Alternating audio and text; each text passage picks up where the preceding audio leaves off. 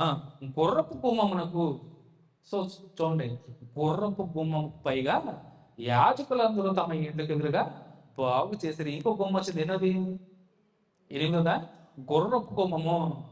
So గుర్రపు రథాలు, ఆ, మీకు జ్ఞాపకం రావాలి.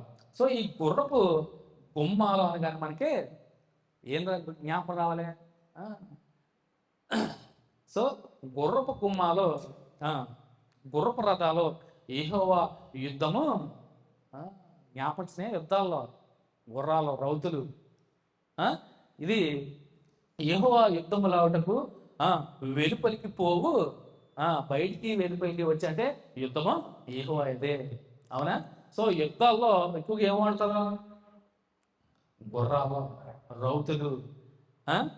సో అలాగే క్రొత్త నిబంధనలు కూడా దేవుని బిడ్డలో మంచి పోరాడాలని పోరాడే సైనికులుగా, సైనికులకి ఇది సూచనగా కనపడుతుందండి. అవునా? సో ఈ గుర్రపు కుమ్మము అంటే యుద్ధాలన్నీ పూర్వం గుర్రాల మీద, రథాల మీద, రౌతుల మీద చేసేవాళ్ళు. కానీ క్రొత్త నిబంధనటువంటి మన క్రైస్తవ విశ్వాసం మనందరం కూడా, దేవుని పెట్టినటువంటి మనందరం కూడా మంచి పోరాడే మంచి సైనికులుగా, క్రీస్తు యేసు సైనికులుగా మనం ఉండాలి. మనం ధరించుకునే, చెప్పన ఆల్రెడీ ఏం ధరించుకోవాలి? శిరస్రావణం, ఆత్మఖడ్గము, ఖడ్గము చెప్పాను కదా, వివరించాను కదా. ఆ, సైనికుడు, క్రీస్తు యేసు సైనికుడు ఏం ధరించుకోవాలి? చక్కగా వివరించాను. శిరస్రావణం చెప్పాను కదా, చక్కగా వివరించాను పైనుంచి కింద వరకు. ఆత్మకటము, శిరస్రావణం, దట్టి, చెప్పులతో సహా మనం సరిపోల్చుకున్నాం. ఇప్పుడు అంతా వివరించాలంటే సామాన్యం సరిపోదు.